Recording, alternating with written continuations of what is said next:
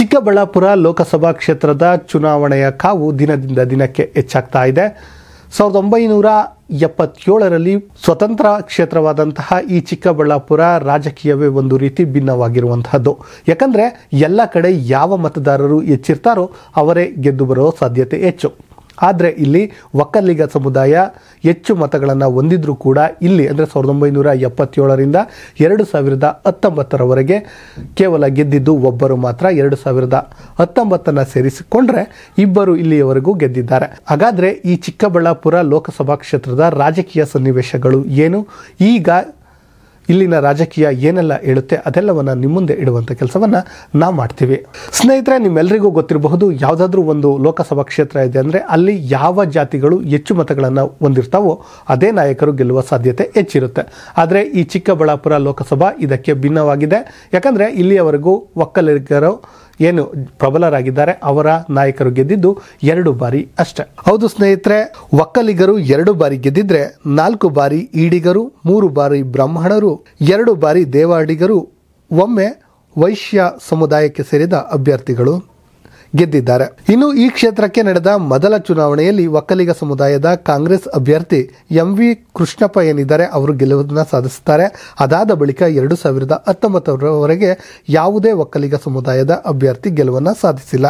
2019ರಲ್ಲಿ BN Bachegowda ಗೆಲ್ಲುವ ಮೂಲಕ ಹೊಸ ದಾಖಲೆಯನ್ನು ಸೃಷ್ಟಿ ಮಾಡಿದ್ರು.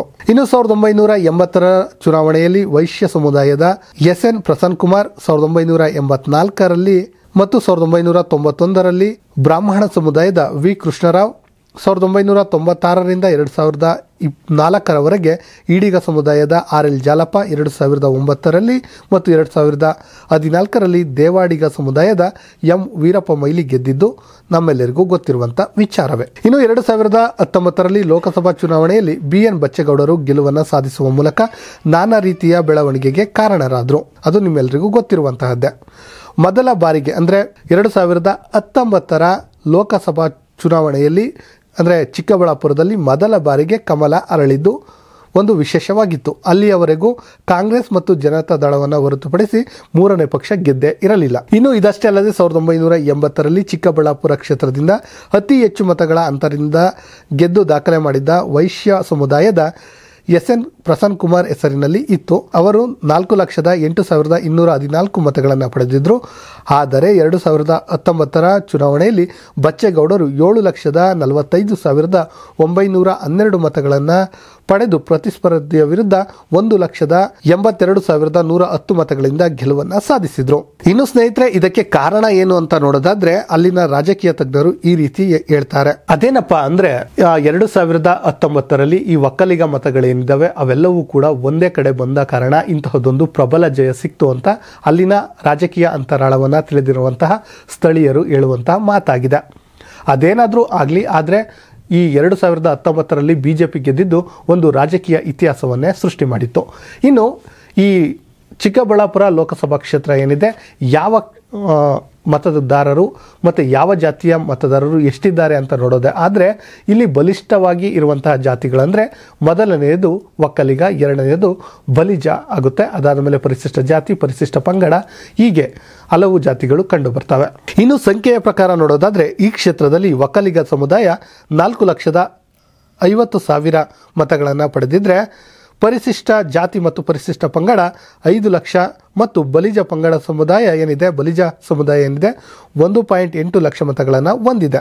ಈ ಬಾರಿ ಪ್ರಬಲ ಸಮುದಾಯಗಳ ಒಗ್ಗಟ್ಟನ್ನು ಅಹಿಂದ ಮತಗಳ ಧ್ರುವೀಕರಣ ಹೇಗಾಗುತ್ತೆ ಎನ್ನುವಂಥದ್ದು ಲೆಕ್ಕಾಚಾರಗಳು ಇದೀಗ ನಡೆಯುತ್ತಿವೆ. ಇನ್ನು ಕಾಂಗ್ರೆಸ್ನಿಂದ ಒಕ್ಕಲಿಗರಲ್ಲದ ಅಭ್ಯರ್ಥಿಯನ್ನ ಕಣಕ್ಕಿಳಿಸಲು ನೋಡಿದರೆ BJP ಮತ್ತು JDS ಮೈತ್ರಿಕೂಟದಿಂದ ಒಕ್ಕಲಿಗ ಅಭ್ಯರ್ಥಿಯನ್ನ ಇಳಿಸುವ ಸಾಧ್ಯತೆ ಇದೆ. ಇನ್ನು ಈ ಬಾರಿಯ ಲೆಕ್ಕಾಚಾರವನ್ನು ನೋಡೋದಾದ್ರೆ BJPಯಿಂದ ಬಹುತೇಕ ಸುಧಾಕರ್ ನಿಲ್ಲುವ ಸಾಧ್ಯತೆ ಇದೆ. ಅವರ ಜೊತೆಯಲ್ಲಿ ಅಲೋಕರು ಕೂಡ ಇದೀಗ ಕೇಳಿ ಬರ್ತಾ ಇದೆ. ಇನ್ನು ಕಾಂಗ್ರೆಸ್ ವಿಚಾರಕ್ಕೆ ಬಂದ್ರೆ ರಕ್ಷಾ ರಾಮಯ್ಯ ಏನಿದ್ದಾರೆ ಅವರು ನಿಲ್ಲುವ ಸಾಧ್ಯತೆ ಇದೆ. ಅವರ ಜೊತೆಯಲ್ಲಿ ಕೇಳಿ ಬರ್ತಿರುವಂತಹ ಮತ್ತೊಂದು ಹೆಸರು ಅಂದ್ರೆ ಮೊಯ್ಲಿ ಹೆಸರಾಗಿದೆ. ಆದರೆ ಕಾಂಗ್ರೆಸ್ ಯುವಕರಿಗೆ ಆದ್ಯತೆಯನ್ನು ಕೊಟ್ಟಿದ್ದೇ ಆದರೆ ರಕ್ಷಾ ರಾಮಯ್ಯ ನಿಲ್ಲುವ ಸಾಧ್ಯತೆ ಇದೆ. ಒಟ್ಟಿನಲ್ಲಿ ಹೇಳೋದಾದರೆ ಈ ಕಡೆಯಿಂದ BJPಯಿಂದ ಸುಧಾಕರ್ ಆದರೆ ಕಾಂಗ್ರೆಸ್ನಿಂದ ರಕ್ಷಾ ರಾಮಯ್ಯ ನಿಲ್ಲುವ ಸಾಧ್ಯತೆಗಳು ಹೆಚ್ಚಿದೆ. ಇನ್ನು ಈ ಚಿಕ್ಕಬಳ್ಳಾಪುರ ಕ್ಷೇತ್ರದಲ್ಲಿ BJPಯ MLAಗಳನ್ನು ನೋಡೋದಾದರೆ ಯಲಹಂಕದ SR ವಿಶ್ವನಾಥ್, MLA ಆಗಿದ್ರೆ ದೊಡ್ಡಬಳ್ಳಾಪುರದಿಂದ ಧೀರಜ್ ಮುನಿರಾಜು MLA ಆಗಿದ್ದಾರೆ. ಒಟ್ಟಿನಲ್ಲಿ ಸ್ನೇಹಿತರೆ, ಇದೀಗ ಈ ಚಿಕ್ಕಬಳ್ಳಾಪುರ ಲೋಕಸಭಾ ಕ್ಷೇತ್ರ ಏನಿದೆ ಒಂದು ರೀತಿ ರೋಚಕತೆಯನ್ನು ಸೃಷ್ಟಿ ಮಾಡ್ತಾ ಇದೆ. ಅದರಲ್ಲೂ ಕೂಡ ಈಗ MLA ಆಗಿ ಗೆದ್ದಿರುವಂತಹ ಪ್ರದೀಪ್ ಈಶ್ವರ್ ಕೂಡ ಒಂದು ಹೆಜ್ಜೆ ಮುಂದೆಯನ್ನು ಇಟ್ಟಿದ್ದಾರೆ. ಅಂದರೆ ಈಗೇನಾದರೂ ಸುಧಾಕರ್ MP ಎಲೆಕ್ಷನ್ಗೆ ನಿಂತಿದ್ರೆ ಅಲ್ಲೂ ಕೂಡ ನಾನು ಸೋಲಿಸ್ತೀನಿ ಎನ್ನುವಂಥ ಮಾತುಗಳನ್ನು ಹೇಳ್ತಾ ಇದ್ದಾರೆ. ಹಾಗಾದರೆ ಸ್ನೇಹಿತರೆ, ನಿಮ್ಮ ಪ್ರಕಾರ ಯಾರು ಯಾವ ಪಕ್ಷದಿಂದ ನಿಲ್ಲಬಹುದು? ನಿಮ್ಮ ಅಭಿಪ್ರಾಯ ಏನು? ಯಾರು ನಿಂತರೆ ಒಳ್ಳೆಯದಾಗುತ್ತೆ? ಮತ್ತೆ ಮುಂದಿನ ಪ್ರಧಾನಿ ಯಾರಾಗಬೇಕು ಅದನ್ನು ಕಮೆಂಟ್ ಮಾಡಿ. ಇಂತಹದ್ದೇ ಸುದ್ದಿಗಾಗಿ ಸದಾ ನೋಡ್ತಾ ಇರಿ ಲೈನ್ TV ಕನ್ನಡ.